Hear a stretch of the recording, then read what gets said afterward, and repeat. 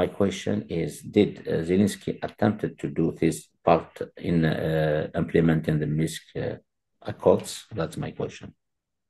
Yes, I think Zelensky was initially elected on the promise of a peaceful resolution of this war in Donbass, which was civil war, which started after Maidan massacre and overthrow of Yanukovych in 2014. And Russia was involved in this civil war by supporting pro-Russian separatists in Donbass. And Russia even directly participated in this war by sending their military forces covertly in August of 2014 and then in winter 2015. And as a result of this direct Russian military interventions, Ukrainian government had to sign Minsk agreements because basically under kind of Russian military pressure. And in these agreements, again, there was a possibility of resolving this conflict peacefully, but Zelensky did not fulfill these agreements, and he admitted this actually after Russia invaded Ukraine in 2022. Zelensky admitted that he did not want to fulfill these agreements, and even he de facto admitted the same even before this. So he just changed his policy in this regard, which was, I think, major policy failure, because this could have prevented a war in Ukraine and Russian invasion, which has very negative consequences, devastating consequences to Ukraine. And in addition to this, actually, there were also statements by former German leader of Angela Merkel and a former French president, I think François Hollande, and former president of Ukraine, Poroshenko. They all said that when they signed agreement in Minsk for this resolution of this war, they basically did not want to implement such agreements. So this was a decision by the West, and not only by the Ukrainian government, but also by the West, not to implement these agreements, just to use the time to kind of to prepare for war with Russia. And I think this is a big tragedy for Ukraine, because Minsk agreement could have been a way to resolve this conflict and to prevent and avoid this devastating war after Russia invaded Ukraine in 2022. كيدينا إيفان دكتور إيفان كاتشانوفسكي نك داكن لقد صون داكن أسلواي زيلينسكي توافرن أسلواي 2014 و19 شفتيين يلمند نوايا يمند يمثاول كيان مينسك وكني عارف المقلم في كدياوي ثلويث نتسا ذموس ماشي ذي بضرار اغلفغي انس وخديما نشتكي ذا شكي غادي صادن لحالة إذ نلا كثيرا نسقسي دي تدون دكتور كاتشانوفسكي ديني ذاكن يوث نتالي تكنيكان ثلاث كي امثاوان انك كي من التلويث ممكن كان عارف يبدا طراف كاع لو كان دانوس دغا مسهمن وكنا في نمثاوي دي اسطنبول سللت نيطوكيين دي اسرائيليين مشى امثاويا كي يروح مكان يخسر شكون بوريس جونسون نعرف اني نخدم الفواياج نخدم بوريس جونسون غير كييف شكي خسران ويفانا نزل ثاغورينس وغاديني شو تخميم غاف بوريس اكي جونسون اكس خسران انشتاكي عاثوس المشاكل يساد سلمنداذ الامريكان اكتمورا الناتو لوطون Dr. Ivan Katchanovski, let us now look at the prospects of for peace and some of the previous attempts. Just a few weeks after the start of the war, Ukraine and Russia were about to close an agreement in Istanbul, thanks to the mediation of the Turks and Israelis. The agreement failed because of Boris trips, the well-known Boris Johnson trips to Kiev. What is your reading about this event? And then, in other terms, do you think that Boris Johnson acted alone or in concert with the USA and other NATO countries? Yes, I think this is a very crucial event during this war. And I researched this issue very closely because of its importance. I think now this evidence beyond any dispute that Western countries, basically West, block this agreement, which was very close to being signed by Ukraine and Russia, to end this war and to prevent further damage and devastating consequences to Ukraine, and basically return other territory of Ukraine, which was occupied by Russians in the start of the war, under control of the Ukrainian government, in exchange for Ukraine being a neutral country and promising to demilitarize, to have limited forces, but military forces, but also with provisions that Ukraine can join the European Union. And I propose similar plan again for prevent this war before Russian invasion of Ukraine, and also after the Russian invasion of Ukraine. I also propose this in Korean media, in CBC interview. But again, this peaceful agreement was not signed because of direct intervention and pressure from the West. Specifically, Ukrainian media reported initially that this was kind of because of tip by Boris Johnson in April of 2022, and that he told basically Zelensky to keep fighting with Putin and not to sign any peaceful agreement with Russia to end this war. And this was confirmed later by many sources, including former Israeli Prime Minister, former Chancellor of Germany, former again senior Ukrainian diplomat who actually Charlie, who's now in the West, again as a researcher in the West. It was also confirmed by head of Ukrainian delegation in peace talks, David Arachamia, who said that Boris Johnson basically came with visit and told Ukrainian delegation and Ukrainian government and Zelensky not to sign peaceful agreement and to continue fighting with Russia. And this was also confirmed by member of this Ukrainian delegation at peace talks in Istanbul, Alexei Arestovich, who was former advisor to Zelensky. So they all stated basically, and Putin also made similar statements. So all this evidence is kind of now beyond any dispute that there was such agreement. And agreement actually provided for, this was very crucial part of agreement, that Ukraine could have received already a very significant kind of benefit in addition to basically agreement for not to become a member of NATO, which was not very likely in the first place because of opposition from Russia. And also, this was also in exchange for being a neutral country, Ukraine could have received as a concession from Russia in terms of a Russian withdrawal from all territory of Ukraine which was occupied by Russia since Russian invasion. And this is actually was also very important because Russia, for this reason, withdrew their forces from Kiev area, which was one of the areas of Russian invasion, initial Russian invasion of Ukraine near Kiev. They basically came very close to Kiev city.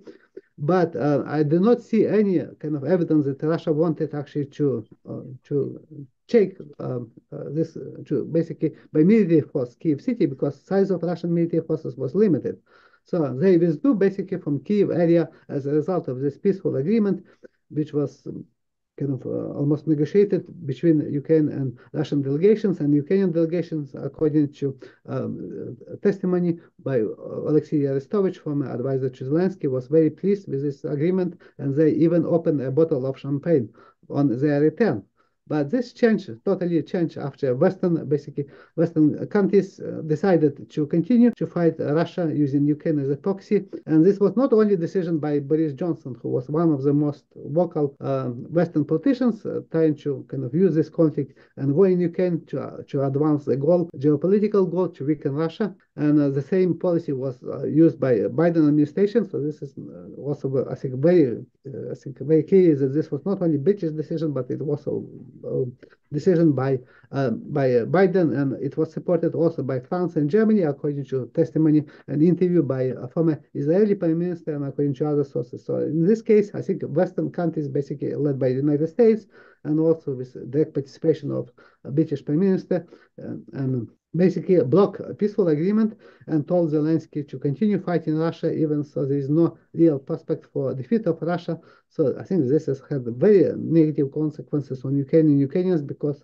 it was possible to end this war in Ukraine and to get again and being able to get back under control of Ukrainian government a very significant part of of Ukraine, with the exception of Crimea, which was subject to be negotiated in the future in terms of the status, and with the exception of Donbas region, which was kind of recognized as independent by Russia, but not recognized by other countries. So I think this is lost opportunity, and this is, I think, was turning point in this war, in this conflict, because now it became not only open conflict between Ukraine and Russia, but also between the West and Russia, in this case, as a proxy war. And the reason for this, that Zelensky agreed to this, as I mentioned already, is that Ukraine is basically client state of the United States. So Western government has a lot of involvement in key policy decisions, and West specifically told actually former president of Ukraine after Maidan not to resist Russian military and Russian annexation of Crimea. So because they were afraid that there would be war between Russia and the West, between Ukraine and Russia, which can lead to conflict between the West and Russia, and which will be very dangerous. And for this reason, Obama administration did not want to kind of to have such a conflict, and they told basically former kind of leader of Ukraine at the time, then acting President Turchinov, not to resist Russia, and for this reason Russia was able to occupy and annex Crimea without any military casualties. Basically, there were, I think, 2 or 3 people killed during one event, but this was kind of annexation without any resistance. And for, I think, but this is the state's power and influence of the West in terms of kind of making very significant policy decisions in Ukraine, and this was kind of supported by this kind of blocking of peaceful agreement. And for this reason, now Zelensky resists any peaceful deal, not only because this is his decision, but this is also a decision by the West to continue fighting and weaken Russia. And this was stated openly by head in April of 2022, that the goal of U.S. policy is to weaken Russia, which is now, I think, will be again failure, because Russia became much stronger militarily, and Russia now can defeat the West in Ukraine, and not only defeat Ukraine, but also the West, which would have also negative consequences, not only to Ukraine, but also to the West.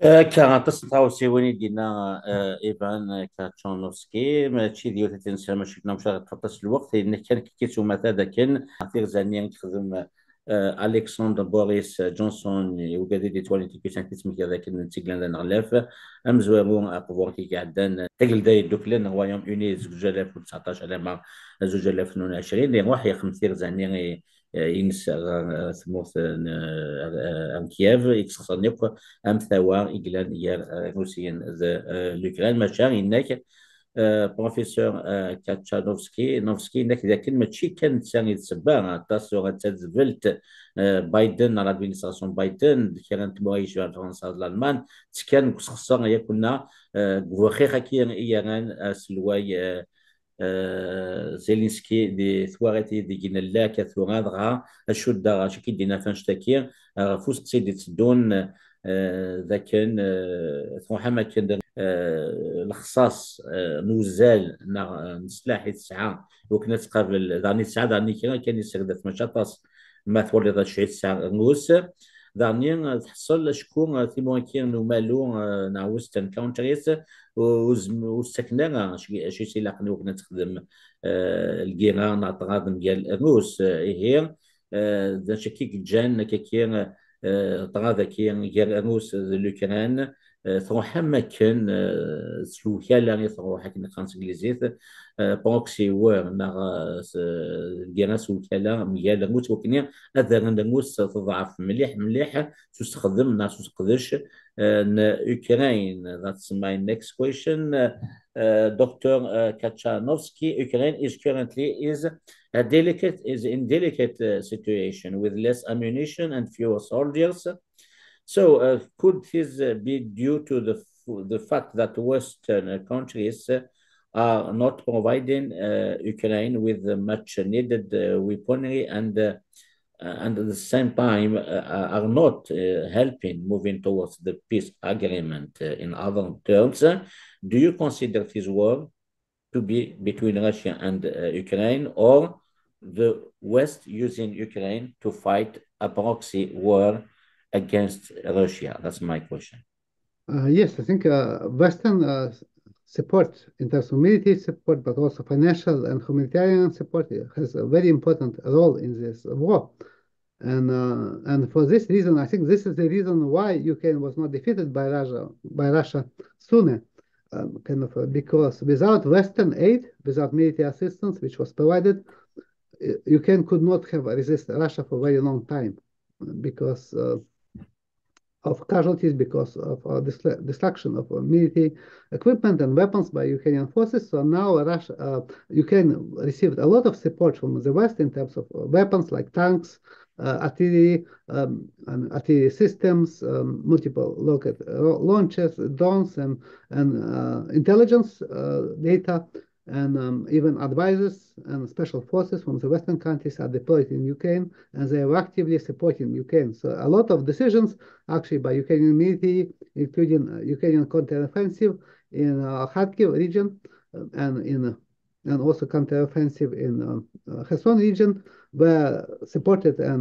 basically devised with Western military involvement of Western countries, NATO members, including the United States, United Kingdom, and the same applies to counteroffensive, which failed in this year in southern Ukraine to defeat Russia in southern Ukraine. And this was also direct involvement of the Western countries in planning this counteroffensive.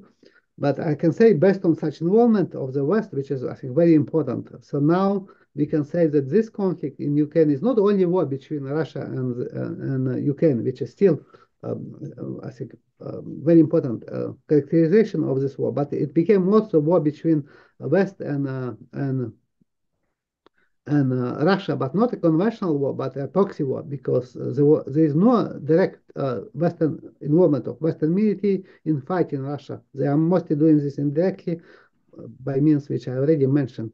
So we can call this conflict a proxy war, and the proxy war became very significant, and I think I can say that even more important compared to war between Russia and Ukraine after the Western countries blocked this peace deal in April of 2022. And I can say that there is still a dimension of civil war in Ukraine, which is still ongoing in Donbass, because this is, I think, never almost reported by the Western media, because Donbass is a Russian region, and it became, and it basically de facto seceded from Ukraine with Russian support in 2014, and I did a public opinion poll, and Donbass was the only region, with the exception of Crimea, in which there was majority support for different forms of separatism in Ukraine, including joining Russia or becoming autonomous or becoming independent from Ukraine. In all other regions, with the exception of Crimea, there was no such majority support. So there is a genuine support for Russia in this region, and a lot of people who are actually former Ukrainian citizens or still Ukrainian citizens in Donbass are fighting for Russia in this region. So there are heavy casualties in Donbass among separatists, not only among Russian forces. So we still have combination of basically of war between Russia and Ukraine, proxy war between the West and Russia, and also civil war in Donbass, which became less significant but still an important part of this conflict.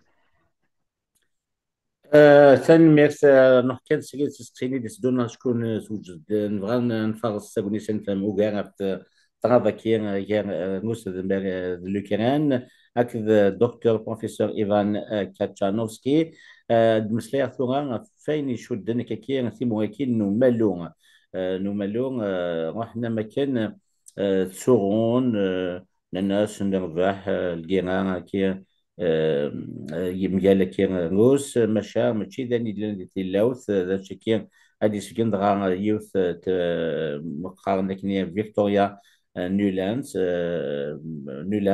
فوتا نيولاند تنتثق تذبلت بايدن ثانت تنتثق يتمسلين نغا ثانت فوقانو انت مسلكي القضاونا كان ذي لو كان سجل لفوت 13 مشا تقرا كي من المكان بخمسه مغاصني يزغين سكسنت قوم كانيس وين يشدني في ترتيب من الامريكان يشدن غير لوكران ويفنن هذا تبغلين ايوا شو دي لا واش تكين نشكي جنس قصير بروفيسور كاتشانوفسكي سينير the west including west countries including Canada is very involved in this war and seems to have become a prisoner of its narrative of victory over Russia My question, Doctor, would a defeat for Ukraine would also synonymous of a defeat of the Western countries because some are saying that Victoria Nuland is resigned recently.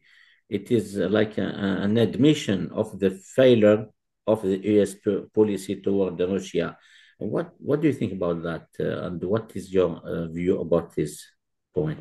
Yes, I think I also wrote in my book, which will be published soon, that and in my other publications and my papers presented in major academic conferences and my social media comments, that this is actually, I think this is a very important dimension of this conflict, and likely defeat of Ukraine by any accounts. This is like almost there's close to zero chance of Ukraine being able to defeat Russia unless there would be direct military intervention by the West and fighting, and NATO would start fighting Russia in Ukraine, which can lead to a nuclear war between again Russia and Western countries, which are nuclear powers like US, United Kingdom, and France. So I think this is, for this reason, it's not very likely to happen. On again, close to zero chance of this happening, but still can be significant. So in this case, Ukraine chance of defeating Russia is basically close to zero. And in such case, defeat of Russia would become also defeat of the West. And this is, I think, very clear. And this would have also major negative effect, not only on Ukraine, but also on the West in terms of international area. And it could also have effect on world order, specifically because of countries in the global South or countries outside of the West would might try to change their orientation and become more independent from the Western countries and United States leadership, and basically United States world order system would collapse, and there would be multipolar system with countries like Russia and China becoming basically more significant global powers and central of power in world order. And I think this is, real possibility. And I think a resignation of Victoria Nuland, who was one of the chief U.S. officials responsible for Ukraine policy, even beginning from Maidan, I think maybe maybe not just for the reasons that this is a kind of change of the policy or admission of such defeat of this policy. This may be for other reasons, because I do not see now open admission by other leading members of Biden administration or other Western governments that this was actually failed policy and it needs to be replaced with a peaceful agreement. There is still continuation of the same policy, and Biden still tried to send military support to Ukraine, and the other Western countries, including France and Germany, also still want to fund this war. They provide military funding, they provide weapons to Ukraine, but again, this is not likely to change the outcome of this war. So I think this is very clear that the effect of this war would be not only a kind of a negative effect on Ukraine, but also on the West, because this will be basically de facto defeat of the West. The only question is how much defeat it would be, because it's possible to make it partial defeat and avoid even more significant consequences in the case when Ukrainian forces would collapse, because there would be no kind of possibility to resist Russia because of destruction of weapons, for lack of weapons, and because of lack of military personnel. So in such case, consequences even would be more catastrophic. This would be a full defeat of Ukraine, but I do not expect that this is this would lead to occupation of entire Ukraine. But I think Russia could take control over other parts of Ukraine as a result of this.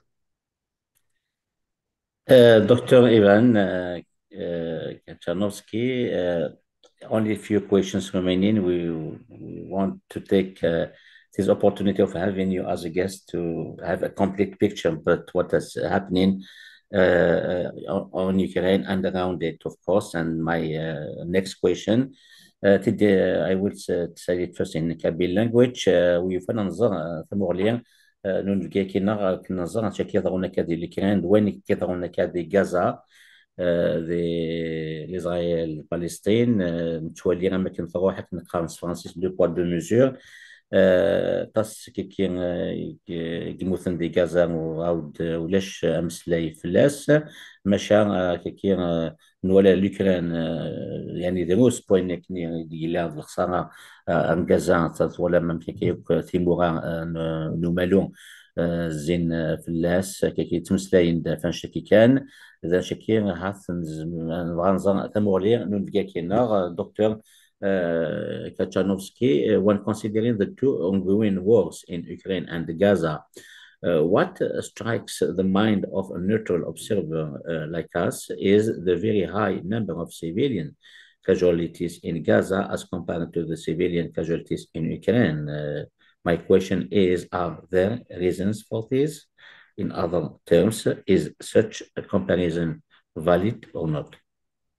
Yes, I think this is valid to compare conflict in Ukraine with other conflicts, and I did this also for my research. And I teach actually at the University of Ottawa, I teach courses in comparative conflicts in which I look into wars in different countries, including countries in the Middle East, like Syria war, Iraq war, or war in Afghanistan, or wars in Africa, in Sudan, war in Zaire, again, and conflicts in Latin America. So I do this professionally, and comparative research I think very useful. And for this reason, I think it's very obvious now that civilian casualties in Ukraine are relatively much lower compared to many other wars taking place recently, especially war in Gaza.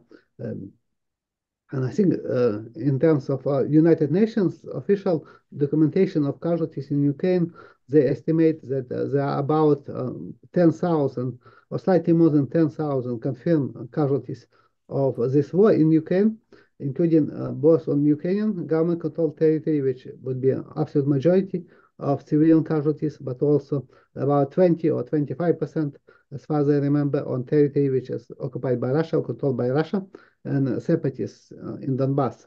So in terms of casualties, I think this is one of the civilian casualties. This is actually one of the lowest casualties, civilian casualties ratio to military casualties, compared to major conflicts, especially this war in Gaza, which has coincided with war in Ukraine. And there were claims by Russian government to justify invasion of Ukraine that there was genocide taking place in Ukraine against Russian speakers in Ukraine or Russians, specifically during civil war in Donbass. And after Russian invasion, there were also claims by Ukrainian government, which were supported by many Western governments, that there was a genocide of Ukrainians by Russian forces in Ukraine. And I can say, based on my research and based on evidence, which was recently confirmed by United Nations, there is no evidence of genocide either by Ukrainian forces or by Russian forces in Ukraine. And this is demonstrated by civilian casualties, which are, I think, relatively low, but still very significant in terms of like a human dimension. My friend of mine, actually, who was living in Mariupol, who is originally from Western Ukraine with his family. So I lost contact with him just after the war. So I do not know what happened to him. And again, we used to communicate very often, but I do not see any contact and no information about him. What happened? I think this was actually major city which suffered a lot of civilian casualties in Mariupol, but in terms of statistics and in terms of dimension, from a comparative perspective, this is not a genocide in Ukraine, and I think this is very important. There were obviously also war crimes taking place, specifically killing of civilians by an execution of prisoners of war and members of Ukrainian territorial defense by Russian forces in Bucha, but they were inflated in terms of number of casualties. There were no like hundreds of casualties who were executed by Russians, but a few dozens number of casualties who were confirmed by United Nations, and the same applies to United Nations. So United Nations did not find any evidence of genocide. So this is based on my research, and I think this is very important dimension as well. كاين كاين وكذا نادي يخدم كاع كي حريشن ونادي يخدم الى منقار comparative politics لا بوليتيك كومباري تمقول لك كي يشوف يضرون نيكو دي ديال ثما ذو مظال يسيد سينك بالي ماشي اكن ايميديات كي كاين تمغي كينو مالو هضرون دا في مساتي يضرون كذا لوكران ذروس ماشي مثين تمسلاين فين كيضرون دي غازا دي لإسرائيل دي بالستين هاث كنيون سغزيفا في السنة مشوار تصن شكون عطل قيم كالكريس سقسيين أو يفن أثوي غاد نغلل ما ذو كلام ذروس ذا كان ثلاث تقدير تزغام ذا كان بوناس يا كان ثورا كان دروس اللي كان سنة تمنظين نان تقدو ذا جيلان دي دونباز مشا كي لد تقدير وكني عاد زمان هذا وين هذا متقان النظام ناغا تمنظ النظام لدغا في غيوانين تمقانين يشبان خاركيف أوديسا ويفان نظر ثمغلين سميلان زمان دي ضموان شتاكين Dr. Katchanovski, in view of all the ongoing military operations in Ukraine, some say that Russia is en route of claiming for more Russian-speaking oblasts, including the two major cities of Kharkiv and Odessa. My question is: this scenario can happen? Is it possible for that? I think this is would depend on the outcome of this war and how it will continue, because and how it would end. So there's a real possibility that Russia would try to expand their control over territory, which they managed to occupy or annex already, beyond current borders or current territories. And I think cities like Kharkiv city and Odessa city are the ones which are in most danger of this, because they are kind of close to the current area of conflict and area of the war. And Putin recently, for instance, promised that he would, or said that he would consider having sanitary zone between or near the border between Russia and Ukraine. And this would likely or possibly would include Kharkiv, which is very close, city of Kharkiv, which is very close to border between Russia and Ukraine, and also was a major area in which Ukrainian forces recently using also Russian volunteers from neo-Nazi organization and military information, which is supported by Ukrainian forces and military intelligence. They tried to launch raids in territory of Russia, and they shell Russian city of Belgorod and cities of Bryansk and so on. And for this kind of so in this case, I think there is a real danger that Russia would try to occupy these cities as well, but it's not clear yet if this is going to happen and if a peaceful agreement would be signed sooner. So it might not be the case, but if the war would continue, this becomes a real danger and a real possibility, because the front might collapse and Ukraine will not be able to defeat these cities if in such a case. And all of them are actually very important. Also, just Twitter, Elon Musk tweeted, I think yesterday, that this is likely, this is possibility which can happen if war would continue. And I agree with him on this regard based on my research. Thank you. Thank you. My next question is regarding the current situation. I'm wondering if Ukraine consider backtracking its possible membership to NATO to exchange of security guarantees, even with the possibility of losing some territories. If I may translate this question to my language. أو يفننظر تمغلير نفكيكينا لكن هو سنعت ميلا أو خارن تموث اليوكران كنت تليرا تعقلت الناتو ميلا عن شكير أدياوير تغلس نار لا سيكوريتي غاس ميلا تصروح هكاكير كرا مدقاني نار مناضين. I don't know if you understand my question. Yes, I understand. So I think in this case, I think these possibilities that this could be part of peace deal between Russia and Ukraine to end this war, because neutrality of Ukraine and no NATO membership of Ukraine is a major demand by Russia from the start. And this was also part of initial agreement, which was very close to being signed between Russia and Ukraine in April of 2022. So I think this is very likely would be outcome of this war if there would be peace agreement.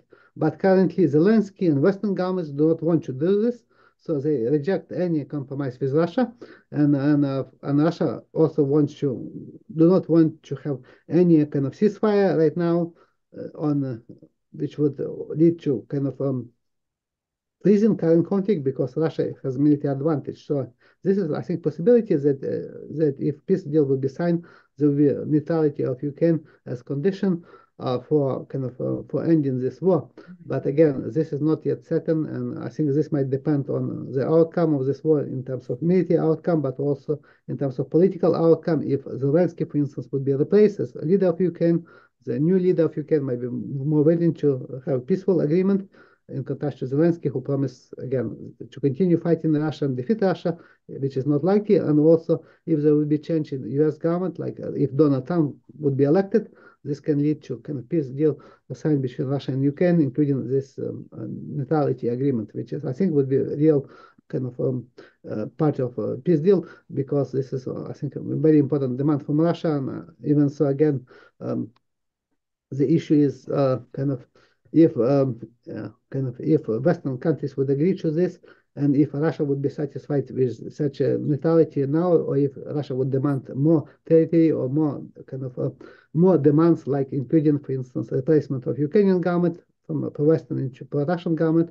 or Russia would demand also that Ukraine would not join not only NATO, but also would not join European Union, which was possibility of which was agreed that Ukraine can join European Union in original agreement between Russia and Ukraine, which was adopted in 2 years ago.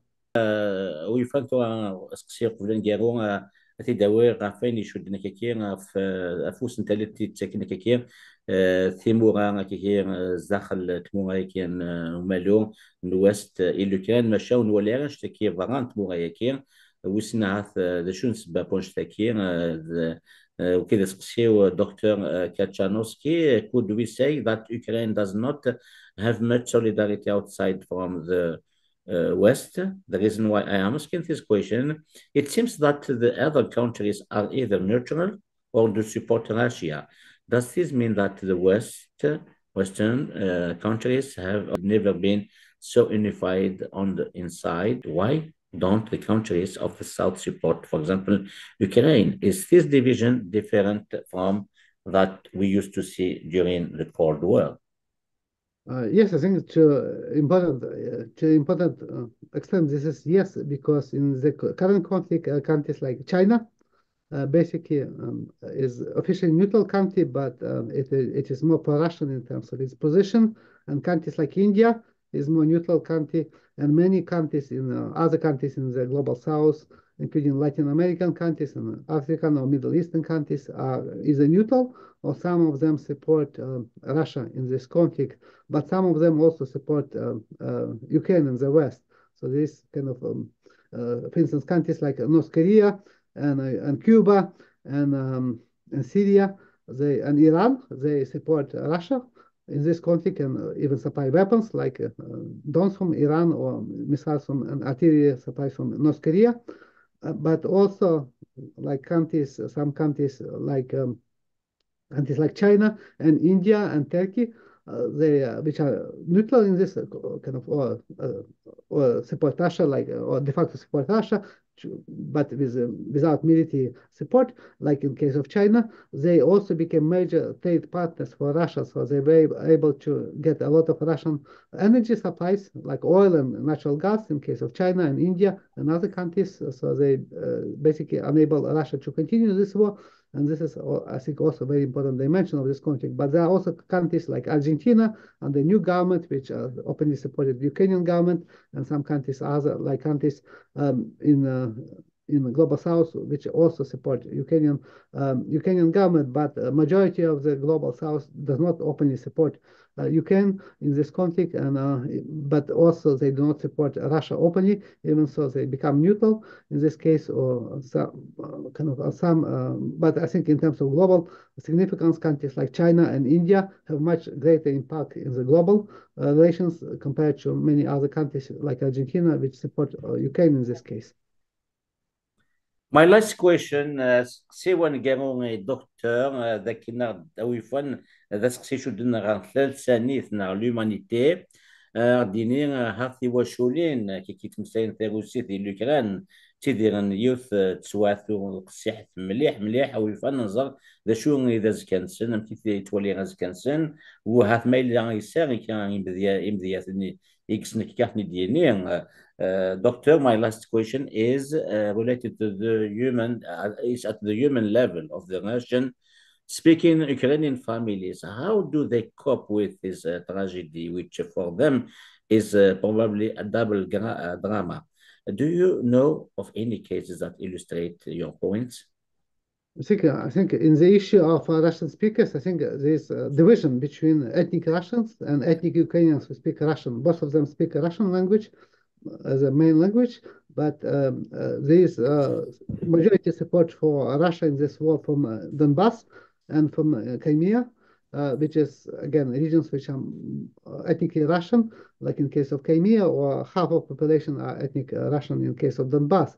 But in other regions of Ukraine, which are including the ones which are next by Russia, like Kherson region and Zaporizhia region and other regions which are under control of Ukrainian government, like Kharkiv region and Odessa region, even so they are majority Russian speaking, they do not support Russia in this conflict. So I think kind of, and in terms of impact, there is obviously human impact in these cases, but because a lot of kind of casualties in this war actually include Russian-speaking Ukrainians from these regions.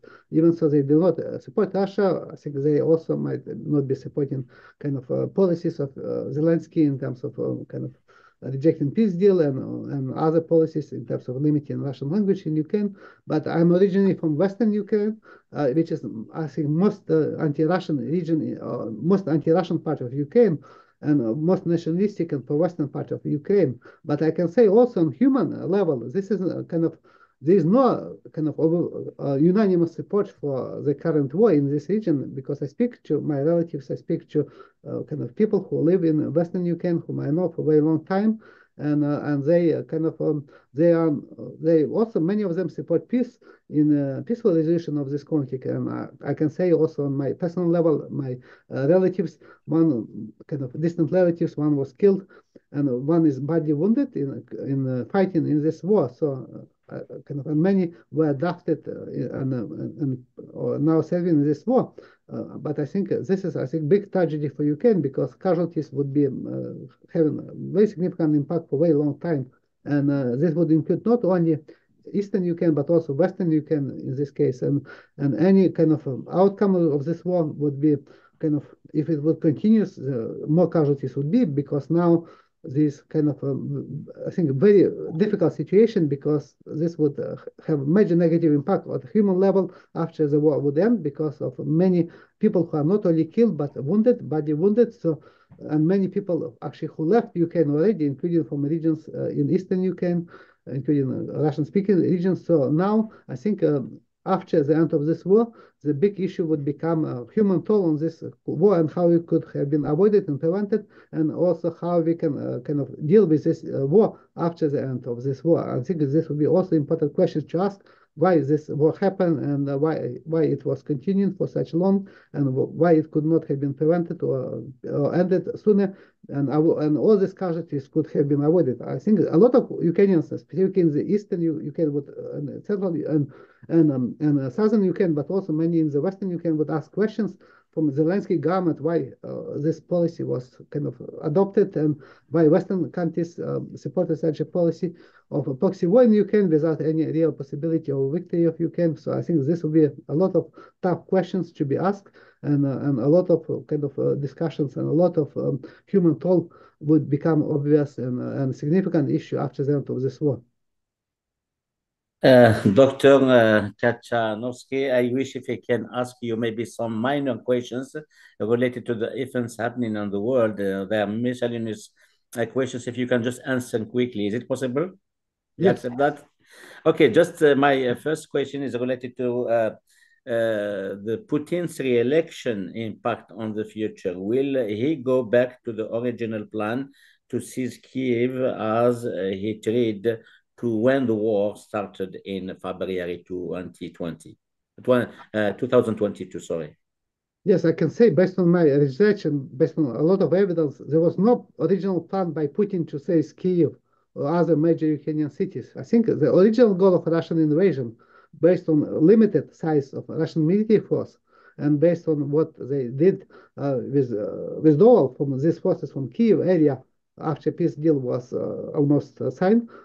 So in such case, I think Russian goal was either to have a regime change in Ukraine from pro-Western into pro-Russian one, or force peace deal between Russia and Ukraine on Russian demands, on Russian kind of Russian demands of neutrality and so on, which is, I think, was such a goal. And I do not see that such a real possibility that Russia would try to take control over Kiev, because it will be very difficult military, but also there will be strong opposition in Kiev and in Western UK. So I do not expect this to happen. Okay, from Russia to United States of America, upcoming US presidential election made US policy divisions, Doctor, Democrats versus Republicans. This is now an important political issue because of a division between Republicans, who are led by Donald Trump, and Democrats, who are led by Biden. And I think there is a real issue in terms of now approving media support for Ukraine, which is now stalled in the Congress, in the House of Representatives, which are controlled by Republicans.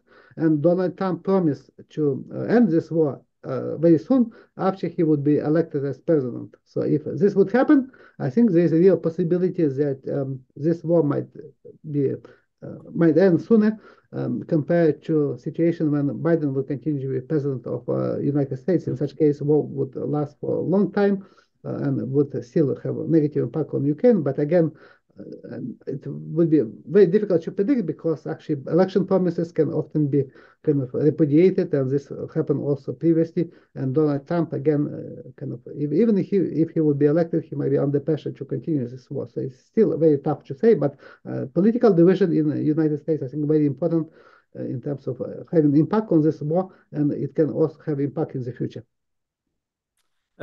What about President Emmanuel Macron of France? It seems that his tone to have changed from the negotiator with Vladimir Putin, to a most aggressive suggestion of possibly sending troops to Ukraine. What do you think, Doctor? I think this was a very significant statement by Macron, who suggested to send French forces to Ukraine during this war, because this would lead to escalation of this conflict, and even possibility of war between NATO and Russia, which are nuclear powers, including France, which is major nuclear power. So in this case, I don't expect this is likely to happen, or this would happen to a significant extent, because there are already some limited special forces present in Ukraine and military instructions in Ukraine from different countries of the West. But I think I think it's also kind of a revelation that France become basically a follower of the United States in this conflict, and that there was no independent effort by French government to try to have peaceful negotiations between Ukraine and Russia to end this war, as France was very active, for instance, in negotiating end of war between Russia and Georgia in 2018. But basically, France now follows U.S. policy, with the exception of this latest statement, which was not supported by United States, to send NATO forces to Ukraine. So I think in this case, I think it's kind of very revealing also that basically France become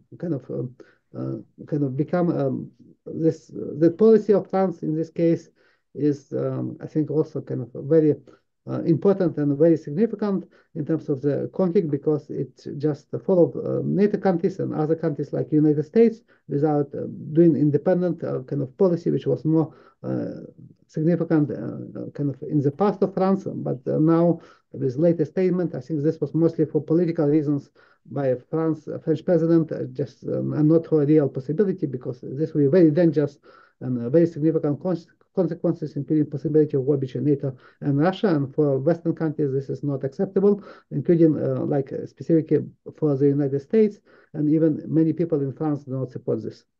Germany and England. I'm wondering what are their contribution to the conflict? I think again, Germany. This is a similar situation, because Germany kind of was involved in Minsk agreements, trying to resolve this conflict in Ukraine. But after Russian invasion, it also basically followed the United States lead in this war and supported a proxy war in Ukraine. And even after there was Nord Stream pipelines, gas pipelines were blown up, with likely involvement of United States and reported involvement also of Ukrainian special forces. So Germany just follows United States policy even more closely and more kind of how to say, without any dissent than France did, and many other Western countries. But England also is following, and Great Britain basically also following the United States lead, in this case, U.S. policy of Biden administration, and it became very active in supporting proxy war, as was demonstrated by visit from Boris Johnson and his message to Zelensky to fight Russia, to kind of continue fighting Russia and not to sign peace deal. And so this is like just continuation of this policy. So in this case now, basically countries, major countries like of European Union, like and a former member of European Union, like United Kingdom, they became united in this policy of supporting the war in Ukraine and not kind of trying to achieve peaceful end of this war, and basically following United States lead in this conflict, with some exceptions which are actually on the side of more aggressive policy, even compared to the United States, without any possibility of success.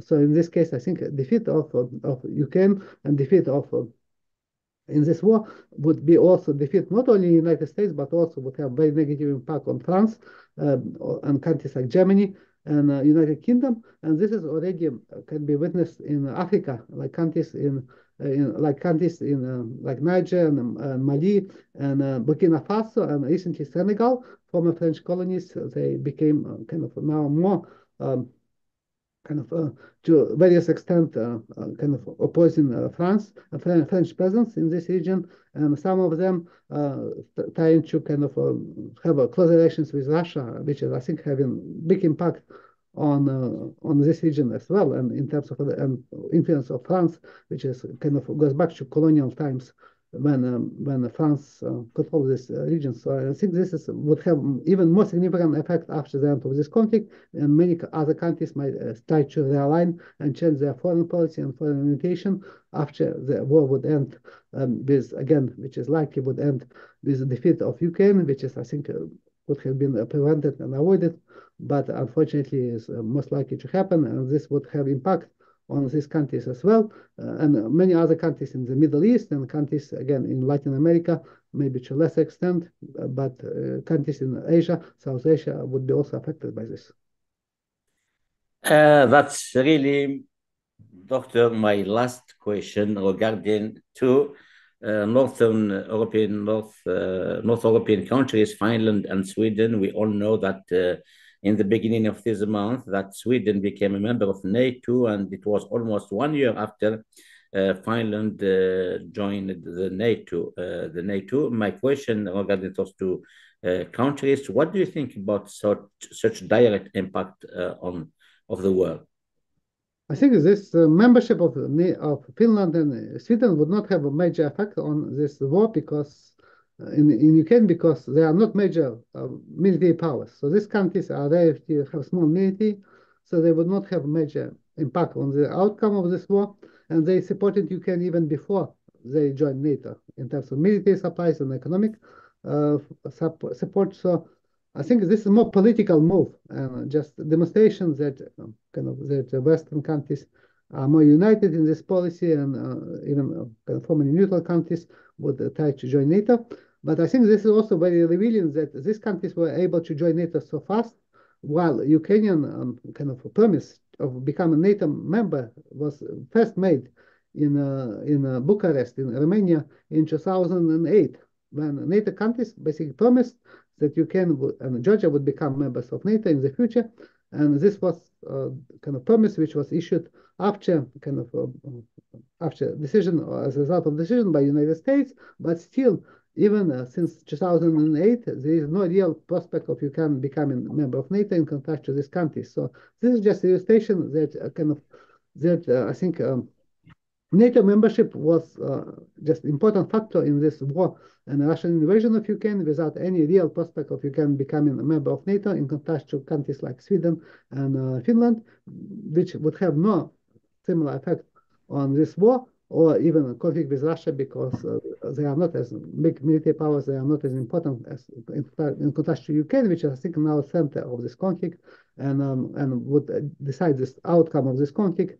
And Sweden and Finland would remain on periphery. Even so, this is an important issue in terms of their relations with the West. But again, for Ukraine, this is not a major kind of deal breaker in the case of this war in Ukraine, which is, I think, would be still there is still a very decisive advantage of Russia, and I think prospects of Ukraine in this conflict, in this war, are very kind of pessimistic from my perspective as a researcher of this conflict and also as a Ukrainian myself. Dr. Katchanovski, thank you for being my guest for this long interview and to be being patient for answering my 20 questions about regarding the Ukraine and Russia conflict. Yes, thank you. I think this was a very good question, so it was a pleasure to answer them.